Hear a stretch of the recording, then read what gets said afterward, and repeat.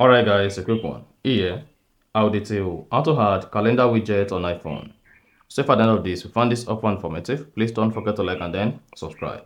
Now to add calendar widget on lock screen, swipe down the control center on your iPhone, then press and hold it, click on customize, then click on lock screen again.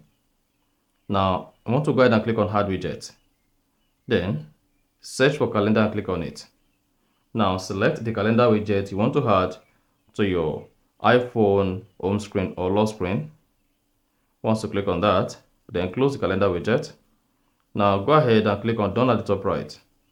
Then click on the lock screen again. Now when next your iPhone screen is locked, then you should see the calendar widget on the lock screen. So if you have any event, you'll be able to have access to it. And that's it.